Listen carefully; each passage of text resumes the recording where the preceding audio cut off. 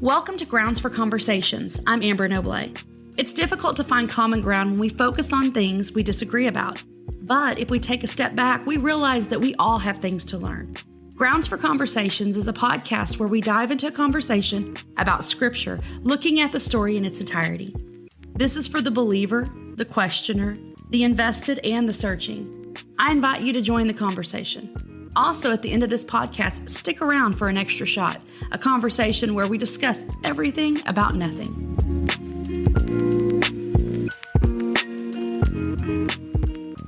All right, welcome to another episode of Grounds for Conversations. I'm so excited today to have a good friend of our family, Charles Browder, all the way down from Arkansas. Charles, I'm glad you're here. Yay, glad to be here. Are you glad to be here? I'm very glad to be here. Good. I just flew in, and boy, are my arms tired. Is that still a good joke? That was never a good joke. Oh, man. You gotta stop listening to Rodney Dangerfield and start listening to more current comedians. Rodney Dangerfield. Awful. Okay, that's awful. Yes. Okay, so what I'm excited about is I want to do a few of these with you if you're cool. Yeah. While you're in town. Yeah. But today I would like to talk to you about let's talk about the scripture passages in 1 Corinthians 13. Yeah. I think that the love passage. The love passages. Mm-hmm. I think that this is something that we could agree on. We may not agree on. We may have a different perspective. Yeah. Altogether when it's done, but I think it's worth having a conversation about, right? Yeah. Okay, so I'm gonna just read it real quick. Out of the good old Bible, 1 Corinthians 13. Let's start just in verse 1. If I could speak all the languages of the earth and of angels, but didn't love others, I would only be a noisy gong or a clanging cymbal. If I had the gift of prophecy, and if I understood all God's secret plans and possessed all knowledge, and if I had such faith that I could move mountains but didn't love others, I would be nothing. If I gave everything I have to the poor and even sacrificed my body, I could boast about it. But if I didn't love others, I would have gained nothing. Love is patient and kind. Love is not jealous or boastful or proud or rude. It does not demand its own way. It is not irritable, and it keeps no record of being wronged. It does not rejoice about injustice, but rejoices whenever the truth wins out. Love never gives up. Love never loses faith. It always is hopeful and endures through every circumstance. Prophecy and speaking in unknown languages and special knowledge will become useless, but love will last forever. Some translations say love never fails. Yeah. Okay. So when you think of when you think of that passage, what do you think of? I think of weddings 100%. Every wedding. It's either on an invitation or it's the priest is saying it or The priest. Are you Catholic? No. Okay. Not yet. The pastor, the priest. After today. The bishop, the cardinal. Let me name all of them. I've never been to a wedding with a cardinal. Oh. Have you? Yeah. I've been to Catholic weddings, but I've never been to a wedding that had a cardinal. Yes, I was in a Catholic wedding. Maybe that's a story for another time, but I was the cross bearer because I was the best man. Is the cross bearer the same thing as somebody who walks down the road dragging a cross? No. Okay. That's might be a crazy person in your neighborhood. The cross bearer, I literally had Jesus, who's still on the cross, on a pole, and this thing weighs like 50 pounds. At least at the one I did. It was in Texas. It was in Houston, actually. Of course. For my friend Stump's wedding. Not his real name. But I was carrying it. I had to carry it, turn it around, and place it into the wall before the ceremony started. That was my duties as a best man. As best man. But the person who performed the wedding was not a bishop. No. Wasn't a priest. It was a cardinal. No, it was I'm not sure exactly. He had red on. Does that count? I have no idea. But the fact that you just Cardinals are red. So I just figured he was a cardinal. Maybe I watched too much If you're baseball. listening to this and you're Catholic, please do not be offended by our lack of understanding of the traditions within your church. Yes. And he had a nice hat as well. I don't know. It was a great experience. I'm not even making fun of it. We're laughing at my seeing ignorance. The description through my eyes. No ignorance. Let's go with that. Although no, I'm just kidding. I jokingly also decided to pretend to dip my hands in the holy water, even though I told us not to touch it, and kind of act like I washed my hands, and all the grooms behind me actually did it because they thought I was doing it. So they were like wiping their face with it and stuff. And that lady came up and was like, That's awful. I didn't do it, but I pretended to, and then accidentally made the other people. Oh, that's awful. Yes. And she's like, what are you doing? What are you doing? That's holy water. Yes. And these people are like wiping their hands off. And yeah, maybe that's a horrible story to start off this podcast with. Who is this guy? Yeah. Okay. Well, so let's jump back to it's done at weddings a lot. And what I think is interesting is every time you hear that, you think, okay, well, because I choose to love you, because I'm choosing to spend my life with you, right? Because I'm committing, the rest of my earthly life with you, then this is my declaration that I'm going to be patient. I'm going to be kind. I'm going to do these things. These are the rules. This is where it starts. Yeah. But I think there's been a problem. I mean, maybe we do that with our friends too, right? Like we go, okay, well, that's my friend. So this is because I love my friend, I'm supposed to be these things. Right. Right. But if we take scripture at its word, if we take God at his word, scripture says that God is love, right? Right. And so that our acceptance of him, our committing our life to Christ means that not only is he love, but we also become that, or do our very best to love the way he does, right? Yeah, that's good. Yeah, we were given the gift, so we give that gift to others. Right. Yeah. So if that's true, if God is love and we're called to love others, do you think it's fair to say that then this passage should apply to everyone we ever come in contact with ever? Everybody. Yeah. And the thing is, Paul's writing it to what? The city or the church at Corinth. So it's like he's writing it to other believers and people at church, not to his girlfriend. Right. He's writing. Hey, I'm in prison, babe. I just want you to know that I'm being patient. They keep sticking a thorn on my side. It's annoying. But no, he's writing this to the church. So they're all the stuff that they're impressed with, speaking like angels, speaking in tongues, all the stuff that's coming into the church, first century church. That's cool. He's like, look, it doesn't matter if you can do that. It doesn't matter if I don't know if that's paraphrasing the mustard seed. You can move mountains into the ocean, whatever. But look, it doesn't matter if you can move mountains. If you don't have love when you're dealing with people, if you're not passing on this love that you've been given, it doesn't matter. Right. It doesn't matter if you could do stuff. Right. I mean, like, it doesn't even matter that you know how to do stuff. Yes, exactly. You can know how to do it all. You can have this scripture verse tattooed on your arm. It means nothing if you're not doing it, right? Yeah. So, like, I would love to just be able to say, as a believer, I love everyone like this. Yeah. But I don't. And I know that that's something I have to work on daily. And I think that that's something that the rest of because lovable people are easy to love. Yeah. The hard people. Yeah. The people that don't love us back. The people that have hurt us, that never say I'm sorry. The people that are just weird, Yeah. That's not the easiest to love. No. But then when you look at this, it says that love is patient and kind. Mm. It doesn't say pick one of these attributes of love and then run with that. It's like, no, all of them. Yes. Love is patient. Right. Patient. I mean, with my husband. Yeah. Patience is not something I am really good at. Mm. Shocker. Yeah. Yeah. You heard it here first, folks, on the podcast. It was a secret until now. It's a secret. But it's not just patient, but it's kind. And I think that's the one that, if you look at the modern day church, if you look at just Christians that we know, I'm not taking myself apart from that. I'm putting myself right in the middle of it. We're not the kindest people. I mean, how many people do you know that are deconstructing or whatever you want to call it? And a lot of that comes from the lack of kindness that they've received from people representing Christ. Absolutely. And I think there's something to be said about that we claim Christ. We claim to be followers of Jesus. We claim to be his hands and feet, and yet we don't love.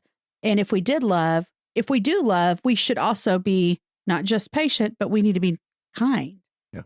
And kind, there's compassion with that. Right.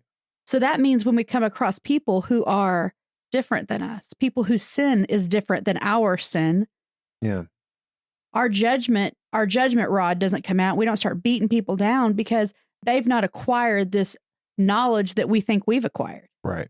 What are your thoughts? Yeah, I think that's absolutely right on the head. Like you said, especially the people that have become, weary with the church, and this deconstruction movement that you see. Anyone that's going through that, I would suggest like, hey, like let's just talk Bible. Let's talk Christianity. Let's talk this, because a lot of these people, when I hear, that this deconstruction talk, their problem is not with Christ. It's with the church and the way they've been treated. Yes. And I've heard many of them say that. Yes. I've heard people say, look, my relationship with God is stronger than it's ever been. Yeah. I'm been burnt and hurt and burnt out. I think that the scary part, and I've said this to them. I'm not just saying this to you and whoever's listening. I've said this to friends and family that are going through this or walking through this. To walk away from a group of people is different than walking away from Christ. But Christ has also called us to have community. So if you're like, look, I can't stay in this place where I feel that I'm being hurt, or I don't agree with what they're preaching and what they're doing are two different things. To remove yourself from that, I get that. Yeah. Don't remove yourself from community. Find people, not people that can sit around and be bitter, but find people who say, okay, there's a conflict here. Something's not lining up. Yeah. Instead of bashing what they're not doing, let's recognize that there's a knowledge that we're getting here and we're responsible to do something with it. We have to do something with that. And it's important to move those people to move forward, just as it is anybody that's in the hurting process. Well, my goodness, you don't have to be, and I know this isn't what we're talking about, but there's seasons of everything. I think that sometimes we start a season and we think this will be the rest of my life, but seasons change. And sometimes it's, you become uncomfortable, you become disgruntled, but that part of that is, I think God sometimes preparing you for the next season. It's like, okay, it's time to shift you out of here. Yeah. And I don't think it's off base for what we're talking about, because in the same kind, for all the people that have treated these people wrong, they need to correct the way they're loving or start loving. And then, and then the other side of it, the people that are deconstructing and trying to find that should be seeking out a different community should be forgiving and moving forward. Right. You know what I mean? Not setting in it, like you said, letting it stir and fester and become something that you really didn't start out to when you left. Right. But if you let that bitterness, love keeps no records of wrong. That mean like, hey, I'm going to give you $50. You tear it up in my face. Oh, I'll give you another $50. No. Right. That means, hey, because of forgiveness, I'm not going to, as Jesus does to me, hold this burden over you, or hold this as a burden to you. Right. Hold this over your head. Or next time there's a conflict, I'm not going to bring up, hey, remember 2 years ago, this exactly. Yeah. So and you hear about this all the time. This is not one specific church. And I want to clarify that, because I don't want anybody to hear this and go, oh, I know who she's talking about. I'm not talking about anybody in particular. Maybe Westboro Baptist. I'm just kidding. I forgot about that church. I forget about it until it pops up in the news like every other year. You're like, oh, they're angry still. They're holding a lot of signs. Like their church budget must be like paint and cardboard signs. We're at 90%. Their account is with Kinko's. And does Kinko still exist? Is that like a printing store? Yeah. Oh, yeah. Okay. I know. Do you remember that? About. Okay. Maybe. Yeah. Okay. Kinko's. Yeah. Yeah. Like maybe it's in cities. I don't know. Maybe. Not I'm out from the country. You're in the country. Okay. And I like it there. But there are churches in this nation, in this world, that have bad habits. Not all. Please hear me. There are some fantastic churches doing some fantastic things for God. Yeah. There's a lot of them, right? Yeah. But there are also some that have hurt people. Yeah. And what has transpired is people have been hurt in these communities, and they take that hurt and they go plant somewhere else, and they plant that hurt with them. Yeah. And it just that's good. festers the next place. They're like, well, I've got to remove myself from this pain. It's like they get out of the fire and they don't do a stop, drop, and roll to reset. Mm-hmm. They carry a little bit of that flame with them. Yeah. And wherever they plant or wherever they go and plug in, that bitterness, that anger goes with them. And so then everything that they're doing, they're like, we don't want to be like X church. It's like, whoa, whoa, whoa, whoa, whoa. Instead of comparing everything you're doing to what you don't want to be, take what you do want to be and grow from there. Absolutely. And I think it becomes so dangerous, but we, not just churches, but Christians, we do that. And it's really hard to look back when you're angry at a place, when you're mad or you hold bitterness towards it. It's really bad to say, okay, well, what did I like about it? There's a lot of things I hated, but what did I like about it? It's hard to do that. Right. It takes a lot of maturity, strength to look and say, all right, well, here's where I met these 4 people that are now my best friends. Right. Here's where I first learned about this way of discipleship. Here's where this. And it's like, yeah, well, they also treated me off on. All right. Yes. But, balance. Take the balance and move forward. Yeah. And let's be honest. Let's recognize that they're human beings. The pastor that you're upset that did not remember your birthday or only called once when you were in the hospital, like, let's remember that we're dealing with real people. And if your faith is contingent on the behavior of man, they will fail you every time. Yeah. If your faith is contingent on the way people in the church handle you, your faith is in people and not in God. We're just supposed to be doing this together. When Paul said, follow me as I follow Christ, he didn't say, hey, I've arrived. Catch up. He's just like, look, this is the journey I'm on. This is who I'm going after. And as I'm doing this, I'm inviting you along. Yeah. I'm inviting you to be part of this. Yeah. And I'm not making excuses for pastors or people that have hurt others. Yeah. I'm also not grabbing a pitchfork and going after churches that have. I feel like we've got to stop and go, okay, what do we have to own in this? Yeah. And I've got too much work in me right now that I have to work on that I can't worry about what you're doing. Yeah. And I can't sit here and go, okay, well, Charles, these are the pieces that you're getting, but can I tell you where you're not? It's like, let me tell you what I'm not getting. Yeah. I mean, number one, patient. Like, we haven't even moved past that. Like, I'm just, you know what I'm saying? Yeah. Okay. So it's patient, it's kind. It's not jealous or boastful or proud. Yeah. Jealous. Yes. It's really easy. It's really easy to get caught up in wishing you had what somebody else has. Right. Right? Yeah. And I mean, I know it's like that coveting thing, but I mean, I think it's even more than that. It's like that little like coveting thing. Yeah, girl, you coveted everybody. Mm-hmm. She wants my shoes.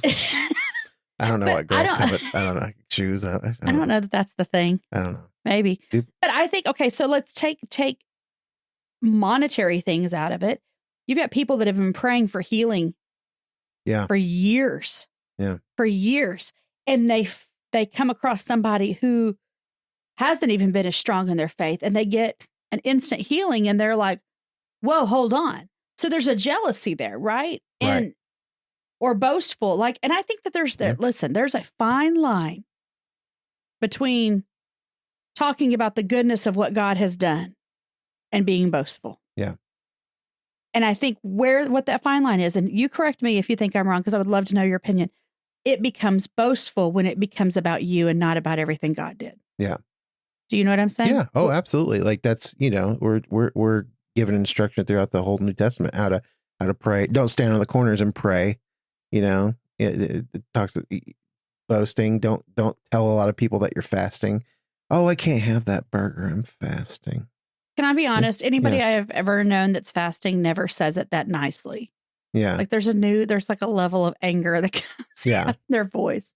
Oh, yeah. Yeah. No, there is. It's like, oh, we're going to Taco John's or whatever. And it's like, oh. Taco John's. Yeah. I need to try this place. Oh, yeah. Anytime you find a restaurant that has taco and then a person's name, yes. it's a whole new level. Yes.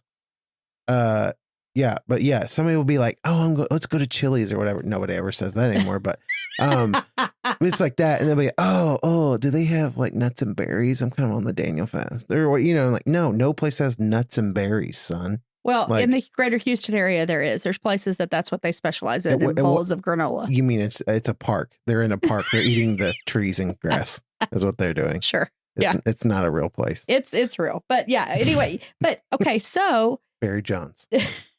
Barry John's, yeah. You've heard of Taco John's, but during this Daniel Fest, yeah, come visit us at come Barry eat John's. some sticks over here with us. Can I get a bowl of sticks and almonds, please? Okay, so that boastful and then proud. Yeah. And that's just arrogance, right? Yeah. I mean, what are your thoughts? I can see your little brain. Well, yeah, because I'm thinking this reading this back over the past couple days and thinking about it and reading it here again with you. This kind of love is so counterculture in where we are right now. And because, obviously this is agape love. There's however many loves in Greek. And so this is the same love that's in John 3:16. This is the same love. Never heard that verse. Just kidding. Oh, it's read this tattoo right here. Just kidding. I just want to apologize ahead of time. Charles brings out a side in me that is not probably healthy. Okay. I apologize. I repent. I'm sorry. Yes, I am. And also I want to note that I didn't say anything about the Catholic Church at the hats you That's true. I am half heathen on my mother's side, so I apologize. But no, this is it's in John 3:16. It's in John when we're told to love our neighbor. It's the same agape love. It's the same word used.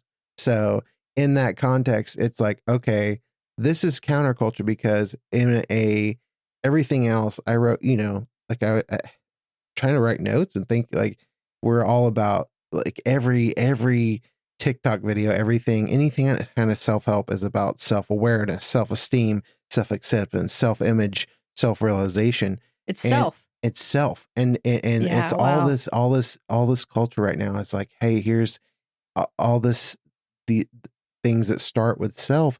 And this is asking you, this is how you are to treat other people. This is how you to love that agape love with other people. Right. And so it's just amazing how reading this so many years later, like I said, after, you only hear it at weddings. Right. And so you don't really hear preachers preach it or priests. Or bishops or cardinals. Or any all of Latin speakers. That's not derogatory. Martin. That's the Ricky Martin. Wrong Latin. Oh, okay. Yeah. Sorry. But yeah.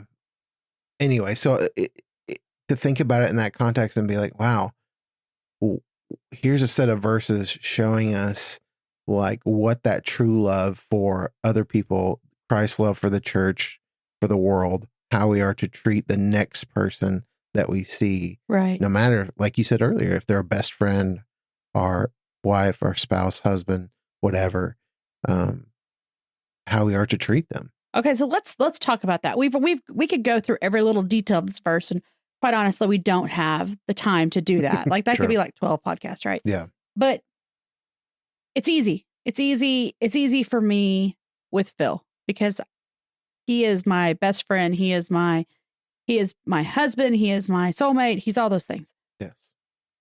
The person that I meet that I don't have a relationship with, that I don't agree with, that we have a different worldview, we have a different belief. Mm-hmm. Like I'm called to treat them with this love. I mean, that does not mean, do not take this out of context. That does not mean that the emotional and spiritual intimacy that I have with my husband or with my best friends or with the people I pray with, that doesn't mean it's like I open that part of my heart and life up to them. Right. But we are called to we're not allowed to be arrogant. We're not allowed to be self-serving. We're not allowed to be prideful. We're not allowed to boast. We're not allowed to be rude. It says don't be rude. Or self-serving. Or self-serving. Yeah. I mean, like, it's not about you. Yeah. Like, hear me out. It is not about you. These are all action words. It's not about your church. How to treat. It's not about what you think you bring to the table. Yeah. This is not about you. It's always been about Jesus. Absolutely. And when we can stop going, oh, well, bring the cool people to the front. Yeah. Let's reach the people who we feel like are worthy to be reached. Yeah. You know, the influencers, the people that have the look that we want in our community or in our church or in our circle. Then they'll bring. They'll bring other influential people, or they're gonna reach. Man, Jesus was like, no. Yeah. That's cool. Yes, reach those people. Don't get me wrong. It's not like you're an influencer, you're out. No, it is. Let's treat everybody that way. Yeah. And instead of us worrying about bringing people, let's just love them. And that love will be what Scripture says draws all men to God. Right. Right? Yes, absolutely. And I think it's like some of these people, ambiguous, but some people believe that, it's like Jesus is a pyramid scheme with him at the top. And it's like, you got to... Multi-level marketing Jesus, I tell you what. Multi-level marketing Jesus at the top. Sign up today and your $19.95 sign-up fee is waived, right? Yes, that's true. But you have to buy 3 more forgivenesses. But but that's not it. That's the whole thing is it's just one flat. We're all on the same level. It's accessible. Jesus is accessible to everyone. You don't need the pyramid. I think that where people get confused is because our reward being in heaven. Don't misunderstand that part too. Yeah. It's Jesus on this earth is not a pyramid scheme, but there is, when you hustle, when you're making a difference, when you're living your life to the fullest that you're called to live it, that reward in heaven will be great. And that's not an even playing field when we get to heaven. No. That's not. I mean, there are going to be people that they're like, I didn't do anything to make a difference. And then you've got people, the Billy Grahams of the world. Yeah. The Reinhard Bunkies of the world, the Mother Teresa's of the world. Like, they're making a difference. Yeah. And they went gangbusters on this. Like, that's where I think we've got to recognize that on this earth, it's even. What you do on this earth is what establishes eternity. Yeah. But the reason it's established in eternity is because they saw the value in the people they were reaching. Yeah. Not in what the people had, not in what the people could give to them, not in the financial support, not in hey, they've got a vacation house in the Hamptons. So like, let's get them in our church, right? Or let's get them in our small automatic group. Deacon status. let's put them on the board. Yeah. But hey, Jesus paid for their life. Yeah. Like, I have a responsibility here. And that's a hard person to love. Or that we don't we don't really have anything in common except for the fact that we both were on our way to hell unless we recognize and receive and accept the goodness of God. Yeah. Like, that's a lot. That's enough to have in common to apply all these things. Absolutely. So when you think about, because it's really easy for any of us to look at this and go, yeah, people need to hear this. Yeah, this church needs to hear this. Yeah, I wish that this pastor would hear this. Or yeah, these people. What about you? What about me? Yeah. Like, if anything, I'm talking to myself, right? Like, I've got to learn to go, all people. If I wake up tomorrow morning and God has graced me with another day, and I'm not going to just suck air, I have to make sure that the way I approach and respond and live my day out is just like this. Yeah. That this should not, here's the thing. Keep doing this at weddings. Yeah. Keep doing this at weddings. Absolutely.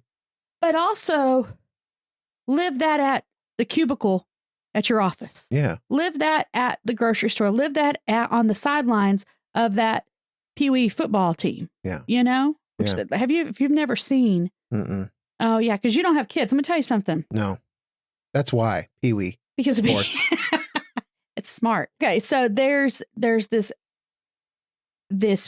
aggression with parents in the stands and on the sidelines of kids' sports. When kids are learning fundamentals. Yeah. Right? You've got dads looking at their son going, he's NFL.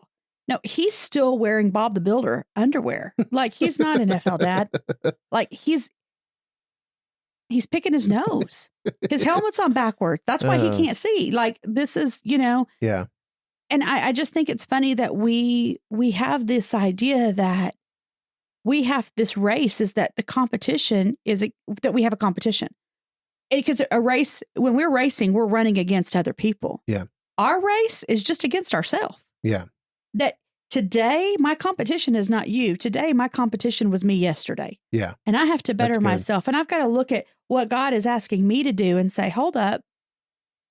Have I, when it comes to everyone I come in contact with, Yep. have I done these things? Yeah. We live in a neighborhood, Mm-hmm. and we have 2 neighbors, 2 houses. We live in the middle of 2 houses. Yes. We have a set of neighbors that they're new, and we really like them. They're really nice. Yes. We've had great conversation when we've met. We've only talked a couple times. Mm-hmm. But like, we think, hey, we would have these people over for dinner. We're going to. They just moved in a while back. They've been getting settled, transitioning from where they moved from. The neighbors on the other side. Yes. They don't carry on conversations with us. It's kind of like The Burbs. Do you remember that movie? Yeah, so Tom Hanks. Yeah, kind of. Like, they're not. I don't think they're burying people in their backyard. Oh, okay. Then then it's nothing like The Burbs. Except for maybe. No. Very but confusing.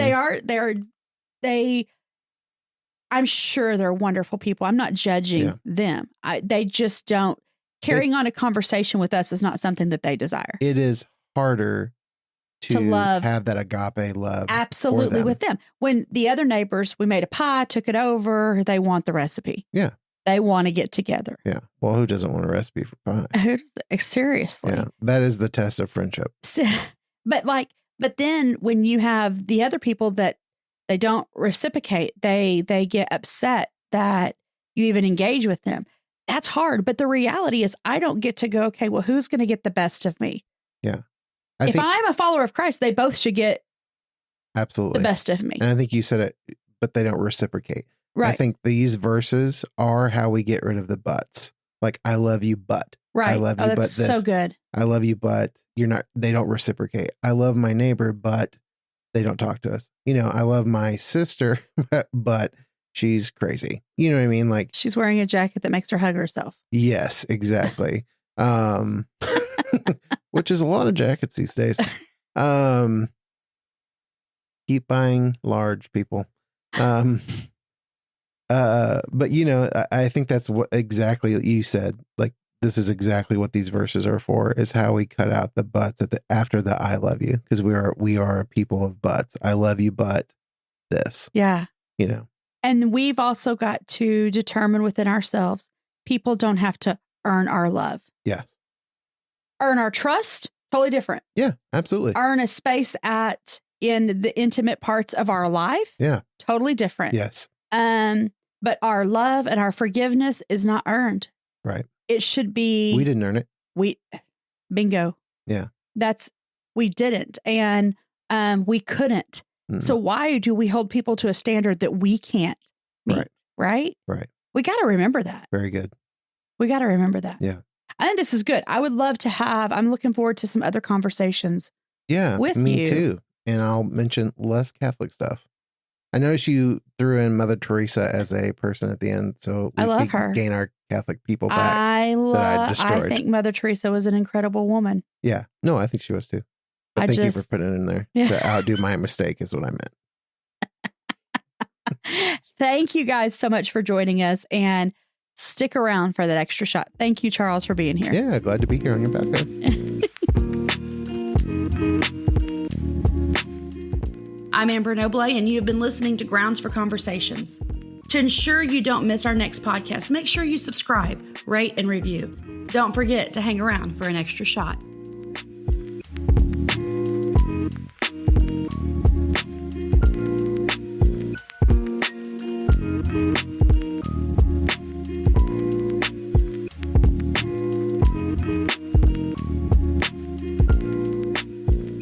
All right, so extra shot. I'm excited about today's extra shot. Are you excited? Yeah. All right, so let's talk about what would you say? Food hot takes. Food hot takes. Okay, this is going to be interesting. Yes, because unlike the love things we just did versus we're supposed to love everybody. Food's a different ballgame. We agreed with each other on that. We may not agree with those, with what's happening here. On the food? On these food hot takes. I'm ready to go. Okay, let's start with, how about we start with pizza? Because that is a universal. Oh my gosh. That I'm telling you, I think families are divided over this. I think friend groups are for sure. If you're in the dating world, order a pizza, and if you guys agree on like half the toppings, marry that person instantly. Don't have them take an Enneagram. Don't have them do anything. Take them to a pizza place.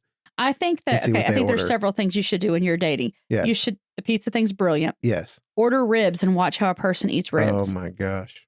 That's a big deal. And I know that we don't agree on this. How do they eat crawfish? You're like, I don't eat crawfish. I don't eat crawfish. So I don't know what you're referring to. Okay, well, see, then right there, that's why we're friends. That's a big deal to me. Like, yeah. I love. The only thing I know about crawfish is that they are in the mud, and like shrimp, they have that little poop circle that goes down their back or whatever. It's their poop line.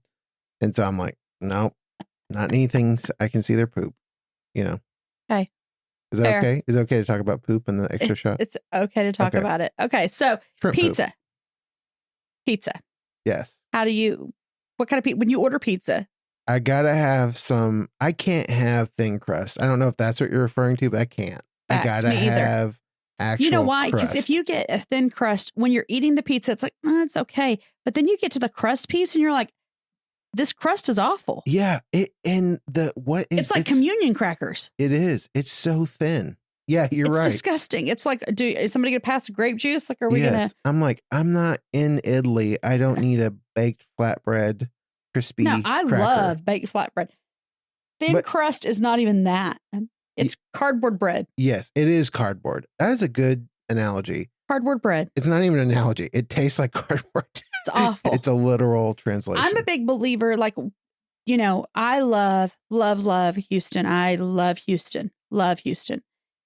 And the thing I love about Houston the most is the different cultures and the variety of things to do and eat and go. I have learned that if I'm ordering pizza, I'm not going to your traditional chains. Nothing against your Pizza Hut, your Papa John's, your Domino's. Great staple. Like if you're in another city and you're like, what is there to eat? We've got Little Caesars. Why are you know what? at me? But the thing is that those are consistent. Oh yeah. But around here, we've got places like Browder's Pizza, which is like Browder's Pizza. Oh, dude. But with every one thing like that, we've got like 50 million different types of pizza places that are fantastic and it's good and it's authentic and the crust is homemade. Like, okay, it's legit. And none of those places, not one of the places I've mentioned, thin is ever even an option. Everybody has this. The pizza is the crust is the same crust. That's how it's your toppings. Yeah. Here's the thing. Do you eat the crust at the end, like the handle part? Because I like and appreciate I'll spend good money on a good pizza. Yes. Okay. And I understand You're the concept. A hundo every time. I understand the concept of Little Caesars. I raise teenagers. Like I get that. I totally get that. But if Phil and I are like, let's go out. We want good Italian. We want a good pizza. And these restaurants, not Brothers. Brothers is exactly what it sounds like. You got these guys that are like, and they're yelling at each other. Brothers. Yeah. Just like, you wanted a pizza. Fact. Sorry. But there's a couple places that we go that it's like candlelight. Like it's nice. Ooh. It's a nice Italian restaurant and their pizza's fantastic. But because I value good pizza, the crust is always buttery, garlicky, good. Okay. And if I'm eating chain pizza, I gotta have like some ranch. You gotta double ranch it up it has to be a good ranch. I'm not eating ranch from a bottle. It needs to be homemade ranch.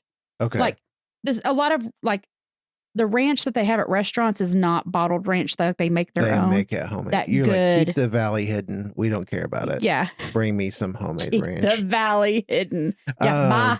Bye. Okay, I can't eat the handle unless it's like stuffed crust from Pizza Hut. Don't judge me. Okay, so maybe would it be fair to say that you've just not had a good crust? I don't know. Even maybe. Do you breadsticks? It's just so much drier than that. Then that's exactly what's happened. You've not had good crust. Yeah, maybe that's it. Because I'm telling you, yeah, stuffed crust is a whole nother level. Yeah. Like, okay, thanks for Can I for just showing call up. up Brothers and be like, all crust, please. Don't make me a pizza.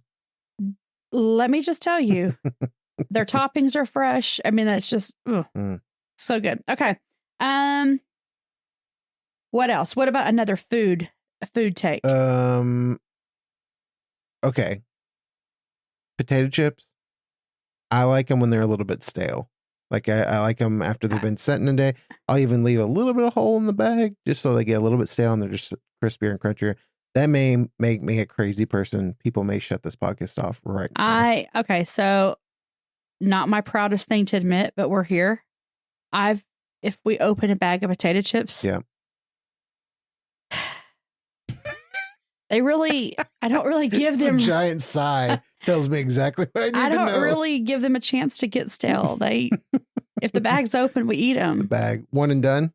Absolutely. Even like a Sam's Club, Costco. Like I don't ever buy. I try not to buy chips because of that reason. Oh, okay. Because I'm like, okay, I'm not a quitter. let's get. We're all in. Everybody's let's do gathered around cheering. Okay. Mom's opened the bag again. Come downstairs. Oh, I got another one for you. Okay. Do you think it's funny when people think that water tastes like something? Absolutely not. Water does have a taste. I don't taste it. I think it just tastes water. Okay. So for water, people who love bottled water, like both my kids, my son drinks just bottled water. Yes. My daughter is all about, now they're adults and they have their own way of doing things. She does everything in like she has these cups that she'll load up and she just fills it with filtered water or whatever. Okay. So she doesn't use like. She doesn't have to have Fiji. She's just like. No, but she likes her big cup, right? Yes. If I'm traveling, whatever. Yeah. Okay. Airport. Yeah. Go through the airport and I want a bottle of water. First of all, bottled water in the airport should not cost $75,000, but it does. Wow. It's like, I need a bottle of water. Do you want my kidney now or do you want me to send it to you in the mail? But I'm picky about water. Yeah. About gas station. Stop and get water. You can't drink like an Ozarka or something like just. I like Ozarka. Oh, okay. Gotcha. I'm not going to say which one I don't like. It does. Or in case they sponsor us later. Sponsor this podcast. Sponsor the podcast. Yeah. No, I just don't want to hear somebody come after me like, we did have let me tell you, that's the water my mom drank until she died. Well, that's probably why your mom died, because she drank that water. It's probably Smart Water. Well, we had a Smart Water sponsorship until you trashed them on episode 6. They went back and listened. Well, okay. So there's a lot of water. Water has a different taste. Can I put a caveat? Yeah. I will say that tap water and bottled water has a different taste. Well, tap water, because it's coming out of the tap. Like my husband's family, their farm. Yeah. I mean, it was old. I mean, I get it. I used to drink water from a in hose. the pipes tastes like blood. Because it was the iron in the. I'm like, why does your water taste like blood? Because it ran under their slaughtering house for their cows. That's why. Gross. But no, I mean, I get it. I used to drink from a hose. We had. I drank from a hose too. That hit different when you were a kid. It's the taste of spring. It really is. But I'll say I can tell the difference. But bottled water, I'm just like, you could. I would like there to be like those little tests where they have the cardboard up and they have like a straw sticking through like 15. Okay, we're doing that tomorrow. Are we? Okay. I'm gonna go get one of every single one of the waters, and you're like, and I'll rate them. I don't know that I can tell you which one's which, but I know the one that I'll know. Okay. That I won't like. It's Aquafina, isn't it? How'd you know that? I don't know. A lot of people don't like it. I can't stand it. My dad wouldn't drink it either. I don't like They Aquafina. didn't used to do reverse osmosis, and my dad read an article on reverse osmosis once and was like, it's the only way to filter water. Oh, well, yeah. Like, Aquafina tastes almost like you washed the cup, but you didn't get the soap completely out. Yeah. Well, I never see them sponsor people, so we're fine. Yeah. Well, yeah, I'm not. I wasn't going to say it. You had to throw me under the bus. The look on your face right there. Right? I hope that's the part that gets clipped. No. It's Aquafina, isn't it? Yeah, like I don't even know how to respond to that. Yeah, I don't. Yeah, I hate Aquafina. That was a total guess. There's 2 revelations today. Fun fact. She doesn't have patience and she hates Aquafina. I've been on this journey of trying to get healthy and drinking more water. Yes. And if the only water in front of me is Aquafina, I'll drink dirt. Thank water. You. What came with the crawfish? No, I will drink I'll drink a Diet Coke. I'll drink anything but that. I won't grab the Aquafina. Okay. Okay, next. What's another food thing? I know you got a lot of issues with all this food stuff. I've got a lot of, I don't know if I have the hot take, but I know other people have. Hit me with your next one. I have friends that, I have friends that salt their food before they taste it. And I don't know. You salt it before you taste it? I think that. How do you know that it needs salt? Okay, you sound like my husband's family. They are fantastic, fantastic cooks, I'm sure. They all live in the north. Yeah. And I just automatically, when I salt shortage up there? What do you mean? What does that mean? They just sure don't put it in their food. How far north? The North Pole? What do you mean? Where's Ohio. the salt? Oh, Ohio. Yeah. Which is fantastic. Pies, everything's potatoes. But I automatically, and I think the reason I do this is not disrespecting anybody, but I know that most good cooks don't put a lot of salt in things because they know not everybody's palate can handle it. Yeah. So I just assume that you held back on your flavor. But see, let me tell you, why don't you taste it? That's what I don't get. I have friends that will just like, pile of chips comes at a Mexican restaurant and chips and salsa. I've never tasted a chip before I put salt on it. I've never done that. How do you know it needs salt? Well, we eat Mexican. We're at Mexican. I mean, multiple times a week. As soon as it comes out, I salt the chips and the salsa. It's probably why I have problems. Probably why I'm on all kinds of medication. I've retained 40 gallons of water, of Aquafina water this week. I'm basically like a deer, the salt lick. No, for real. That is crazy to me. So I'm sorry that's crazy to you. It's crazy that not just you, I'm not singling you out. It's crazy how many friends I have that will salt something, but before seeing if it and needs I don't salt. just salt. I salt, pepper, all Tonys because we eat a lot of Tonys. Tony Satcheries. Yeah. Satcheries? Chatcheries? Chicheries? We eat Tonys. That's what we call it. There's a Greek seasoning we use. I like flavor. And so I will dump mashed potatoes and gravy. I know that doesn't have what I need in it. I'm dumping stuff on it. I got you. I have a very important question. It's jumping subjects. Is brie good? The cheese? Yes, the cheese. No, my friend Brie, you met her last year. She's a good person. At summer camp. At summer camp. Yes, Brie the cheese. We did friendship bracelets. I love Brie. What about the wax, the seal? Does that not get on your nerves? No, what you do is I'll do a baked now Brie. I was offended.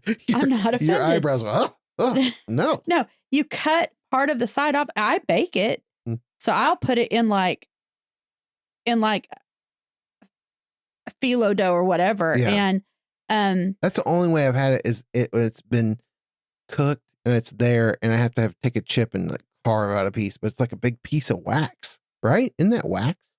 It's got the little paper, but no, it tastes weird. I mean, are you eating a different kind of cheese that you didn't take the wax off of? No, I'm not talking about the wax they saran wrap. Those baby bells?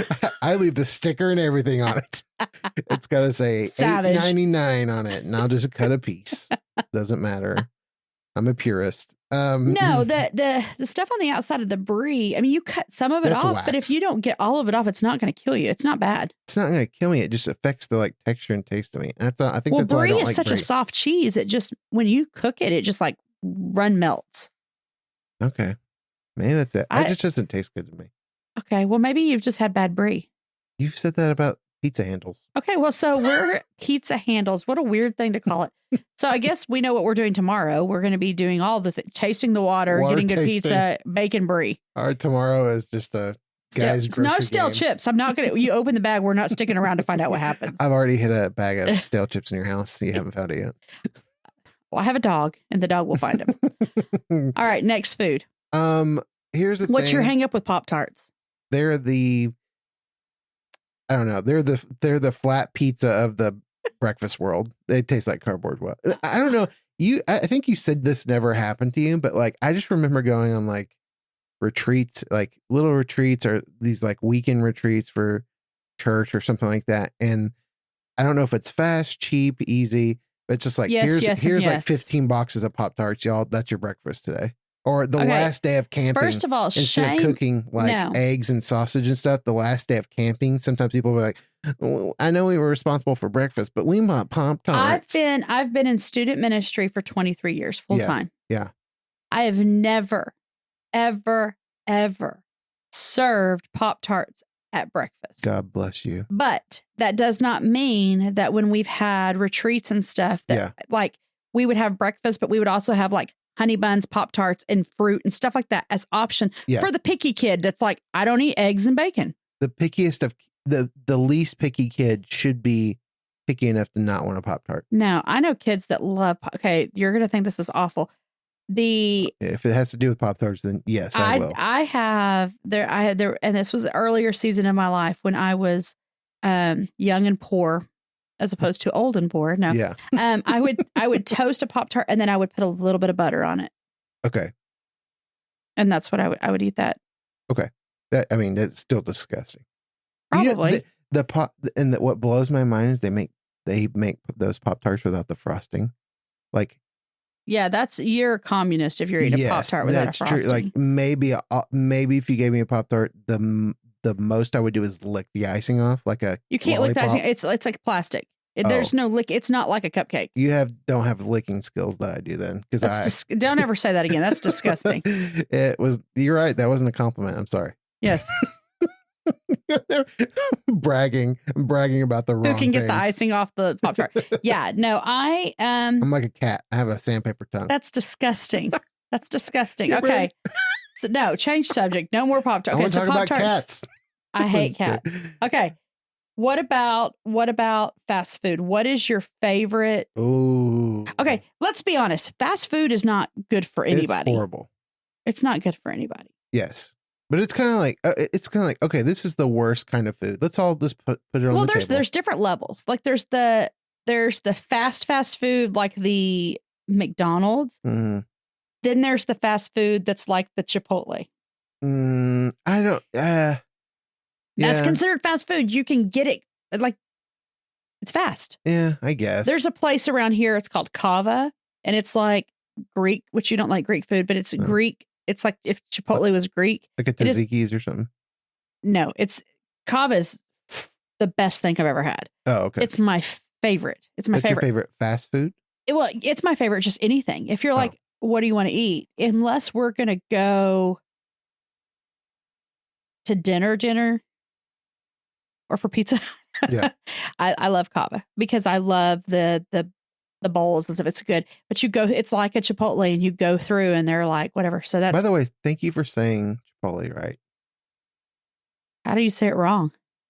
Chipotle. You have friends? Those people. No, but if I had $1 for every time someone over 55 said the word Chipotle or. First of all, I'm not over 55. Tell somebody you know. I said if I had $1. I know, but you said for everybody over 55. Well, I'm not over 55. Yeah, I'm saying it's a sign of age. You didn't do it, so you're good. I wasn't calling. You're just that you're not helping yourself by saying. No, I'm saying okay. Anyone that's a grandparent. I'm not a grandparent. I know. I said if I had $1 for any, I said thank you for saying it right. If I had $1, so everybody listening, let's say it together. 1, 2, 3. Chipotle. Amber is not old. Okay, sorry. I thought Amber's not a grandma. Yeah, Amber's not a grandma. I'll be a rad one when I am. Rad grandma. Okay, so yes, fast food. It's the worst thing for you. But what's your favorite? Worst. It's all on the table. It's all the bad. Worst thing for us. You know what? I don't ever salt is my fast food. So what's the best? Because it's salty. So what's the best of the worst is what we're basically deciding. Okay, you tell me yours and first. You said this Greek restaurant that you go to. That's not fast food. That's like on the level of run in, run out. That's like a McAllister's, a Chipotle, a Panera. Yeah.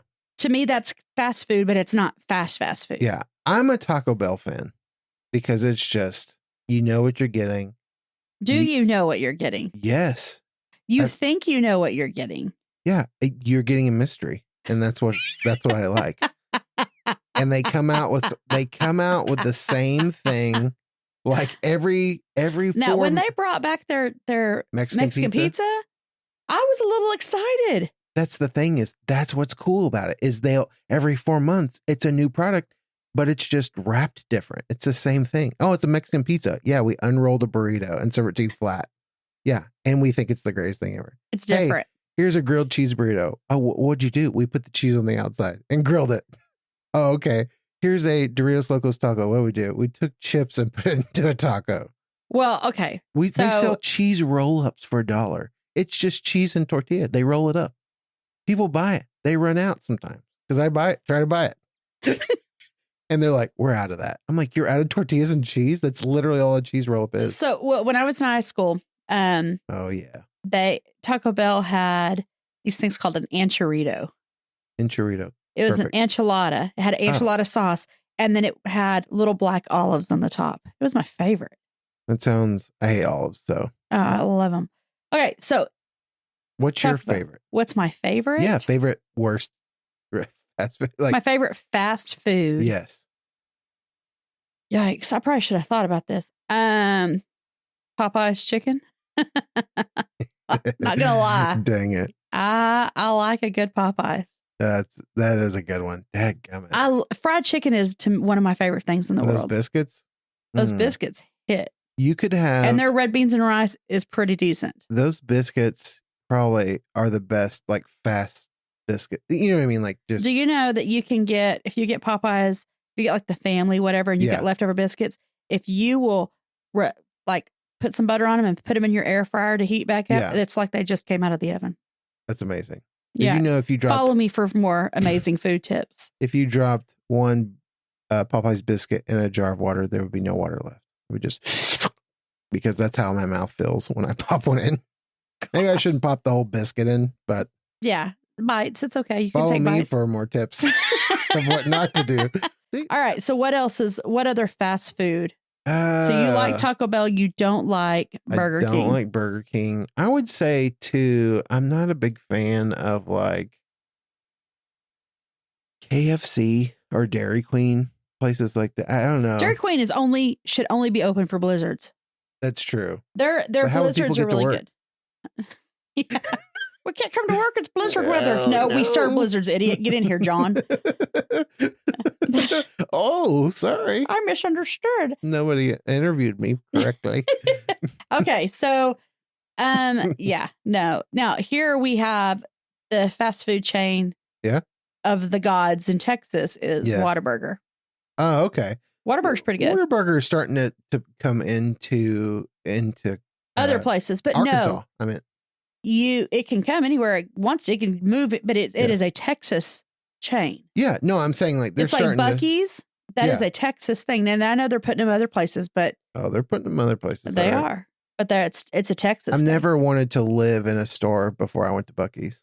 Like I know, amazing. It's amazing. I'm like, man, you could. If there was a tent section, I would just buy one and pop it up right there. Okay, so have you ever been to a Brahms? Yeah, it's good. It's all right. I like their burgers. I like their fries, and I like their milkshakes. I'm okay. I'm just not a big fan of those like Culver's, Brahms, Dairy Queen, where you're like, oh, burger, and then it's like they're not the same. That's not the same. Is Brahms the one with the little grocery store in it? Like, yes. Hey, here's a half a gallon of milk if you want to go home. Their milk is great. I feel like you don't understand life. I don't understand marketing, apparently, because no, you don't. Because this is when I never would have thought anything of the little grocery store in Brahms. Yeah. Until I had kids, and I'm in Brahms with a 2-year-old eating lunch, and all of a sudden it's time for him to take a nap, and I know that I need milk. Yes. And I either can grab it there. Or buy a cow. Or buy a cow or go to the grocery store. It's convenient. Yeah, it is convenient. So convenient. And back in the day, I could go through the drive-thru and get an ice cream and get a half a gallon of milk. They would sell it to me through the window. I loved that. Sell it through the window? Like through the drive-thru. They'll let you buy your grocery store items through the window? I don't know if they all will, but the little Brahms that was by our house in Fort Worth did. I loved it. That's pretty cool. I'd have a baby asleep in the back seat. I'm just like, I just want an ice cream cone. So I'm I like, got this baby. and maybe that was the thing. I was like, I've got a baby asleep and I need to come in and get milk, but can I just get an ice cream? And they're like, sure, sister, let me get it for you. The milk's actually for me. He drinks formula, but can I still have it? I don't drink milk. I just like, I don't. Milk is for What do you put in cereal. your cereal? Oh, okay. Yeah. I was gonna say. I put milk in my cereal, but I don't drink the Speaking milk. of cereal, Tell me what you want to know about cereal. how is it made? No. I love cereal. Okay. Do you eat it immediately or do you let it get a little bit soggy? Gross. I eat it immediately. Gross, which one? Oh, okay. Soggy is just supposed to be oatmeal. I eat it immediately. Soggy and is oatmeal. Yeah. I mean, I eat it immediately. And I am not opposed. And it helps now that my kids are adults. On nights that I don't want to cook, we both have been working all day and it's late. I have no problem eating a bowl of cereal for dinner. Oh, okay. I did that as a kid. My kids never did that. If I gave them cereal at dinner, they'd be like, okay, when are we going to really eat? Thanks for dessert first. Where's our meat? What is this? Wow. I love cereal. What's your favorite cereal? You eat it instantly? Yes. So if I'm eating it's okay. That's the weirdest thing I've ever had anybody ask me. No, I don't make cereal. Okay, I'm going to make a bowl of cereal and I'm going to go take a shower. It's a thing. I'm going to come back with the cereal. No. Oh, like sorry. Instantly. I was going to say, that's a guy thing. You eat. That's so weird. You eat cereal because you do need something instant. That goes back to your little Pop-Tart thing. Like, it's an instant food. It's not meant to be like, let it cool down. I didn't say let it marinate for hours and then take it. You don't eat yours instant? It depends on what it is. My favorite cereal is Cheerios, so I usually eat that. Plain Cheerios. Are you 95? No, well, I'm going to live to be 95 because it lowers your cholesterol. So there, joke's on you. It's in the commercials. But no, no. Now, if it's Captain Crunch, that's my favorite. Captain Crunch is my absolute favorite. I let that kind of like give crunchy. Give it a few minutes and it'll soak up. I love Captain Crunch. I love Special K with strawberries. Mm-hmm. Love it. Yeah. I love Cinnamon Toast Crunch. Okay. Yeah. Cinnamon Toast Crunch is delicious. I shouldn't admit this, but I love that chocolate crave. Chocolate crave? What is that? I don't even know. It's some kind of weird little pocket with chocolate in it. You can't eat it because you're allergic to chocolate. Yes. So you wouldn't even know. A little pocket of chocolate. And I love, and I love like frosted mini wheats. So you do let your Captain Crunch get a little bit soft? No. Oh, you eat it immediately? I let it cut the top roof of my mouth. Yeah, it's like little tiny razor blades. I love it. Oh, no. Love it. So I have to... Apple Jacks, you have to eat it immediately. Apple Jacks. Do you remember Apple Jacks?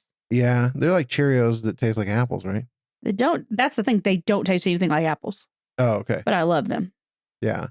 We didn't have sugared cereals when I was a kid. We were only allowed like Honey Nut Cheerios is the best, is the most we got. My mom is still she eats very healthy. Like she's one of those people that she eats to live.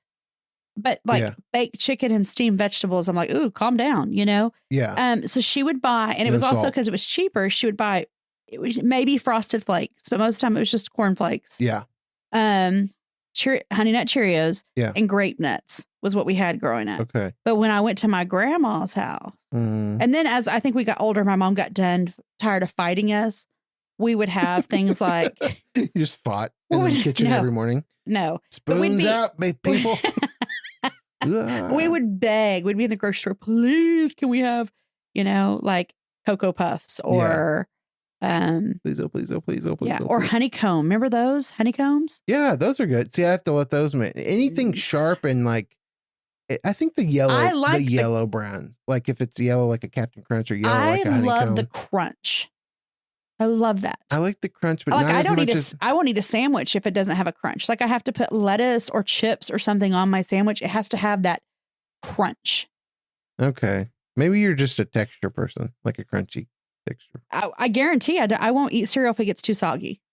I'll just throw it out. I'm not saying I let it set. I'm saying give it a 2 or 3 minutes to kind of like take 2 the to edge 3 off. minutes. It has to be put down the garbage disposal. I'm not joking. It's disgusting. I'll go grab a Pop-Tart. Oh, great. And put that down the garbage disposal as well. Okay. So obviously there's a lot of theories on, we have a lot of opinions on food. Yes.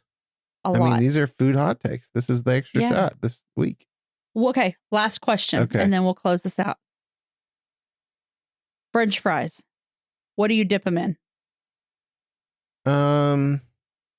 If I'm being bougie, I'll buy Bougie Charles. yeah. I like it. Like I'm saying, like if I'm like I have my own way, like I'll buy the bigger bottles of Chick-fil-A sauce at like Walmart or something, or at Trader Joe's they have this thing. They have this sauce called Magnificauce. It tastes like chicken. Yeah, I think it's like better than Chick-fil-A sauce. I do too, and that's so good. And I love Trader Joe's. I'll just you know, squirt it out in the plate. Okay, so that's it. Whataburger has a spicy ketchup. Yeah, I've tried that. I love it. I like ranch, but not the ranch packets. I like Good Ranch. Yeah. But I absolutely love dipping my French fries like in buffalo sauce. Oh. And I also love dipping them in like Wendy's Frosties. Okay, Wendy's Frosties. I feel like that's a staple for some people. Like they have to have it. For sure. If I'm going to get a Frosty, I'm getting a fries. They get fries too. Yeah. But even at like, not at Chick-fil-A because they have waffle fries. But and they really, say Americans have no culture. For real. It's so Frosties cultured. and fries. Yeah. Not even sure. French fries, freedom fries. Freedom fries. That's right. Any restaurant that I'm going to get, any fast food place I'm going to get fries, if they have an option of a small shake or something, I'll get that just to dip my fries. Again, probably why I have problems, but I love that hot, salty fry with that sweet frozen shake. I love that combination. Frosties Never and tried fries it. are my absolute favorite. If you had to pick one thing today to recommend somebody, like try this above anything we talked about. What we talked about today? And yeah, like any of the foods. Okay, good, healthy pizza. Not healthy pizza, but like no such thing. Healthy pizza, good one. Like good quality pizza. I think everybody should experience pizza that doesn't come from a chain sometime in their life. Like it's just a different ballgame. It's got that fresh buffalo mozzarella, homemade red sauce. Like it's so good. I would recommend that. Okay. Cool. And if not that, a Frosty and a fry. If not that, get a Popeye's biscuit. Charles, thank you for this like enlightening moment of food issues that we have here. Yeah. Please, people, I want to encourage you to eat your cereal when you pour it in the bowl. Don't do like Charles and wait. Yeah. Don't do the same thing. Don't do the same thing. When you wake up in 20 years and you can still feel the roof of your mouth, you can thank me and not Amber. Well, yeah, okay. If you're 95 and you no longer have teeth, eat your cereal. Stop. Eat your cereal like Charles, because that's the way he likes it. Mushy. You won't have teeth to crunch it. So yes, you will have to eat it mushy. Look, if I have no teeth, if I'm in a nursing home and they give me a cup of milk and some Captain Crunch, I have no teeth. I'm not going to let those things get soggy. I'm going to just, I'm just going to like go to town and I'm going to gum them to death or whatever. I don't know. Life hack: swallow your cereal whole so it doesn't get soggy. Oh, all right. Thank you for joining us for this extra shot. We will check you guys out next time. Adios.